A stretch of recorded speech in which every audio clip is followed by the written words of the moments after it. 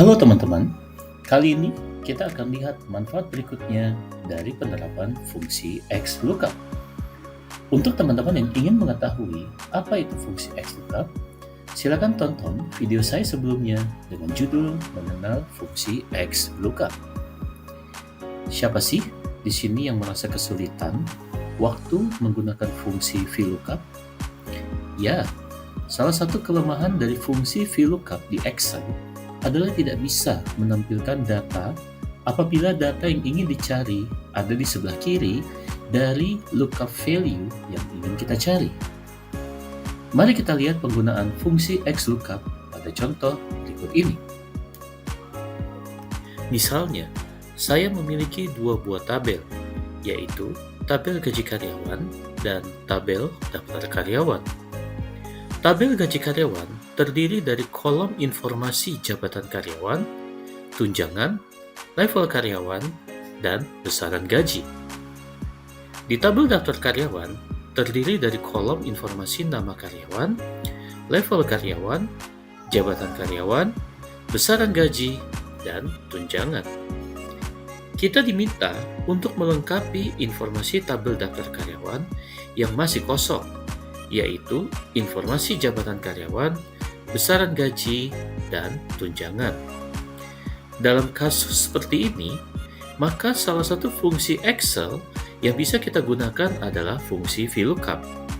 Akan tetapi, informasi jabatan karyawan dan informasi tunjangan tidak bisa kita cari dengan fungsi VLOOKUP, karena data yang ingin kita cari ada di sebelah kiri dari lookup value yang menjadi acuan kita.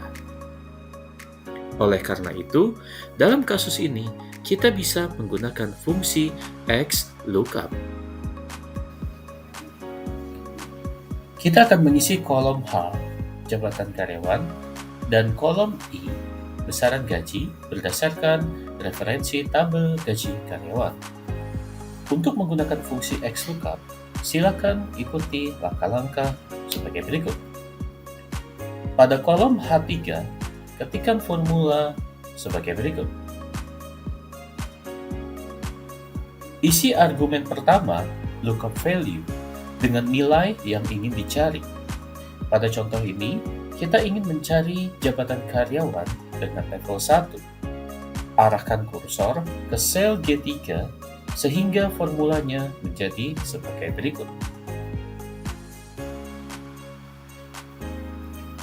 Isi argumen kedua lookup array dengan rentang tabel yang berisikan data yang ingin dicari atau dibandingkan datanya. Pada contoh ini, rentang data lookup array ada pada sel C3 sampai C8.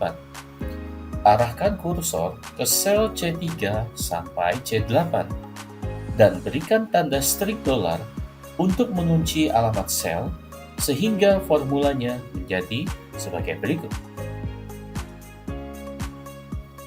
Isi argumen ketiga, return array, dengan array dari data yang ingin dikembalikan nilainya.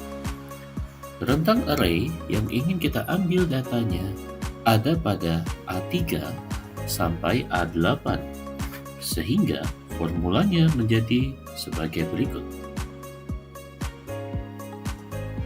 Isi argumen keempat, if not found, dengan action yang diinginkan apabila data hasil pencarian tidak ditemukan.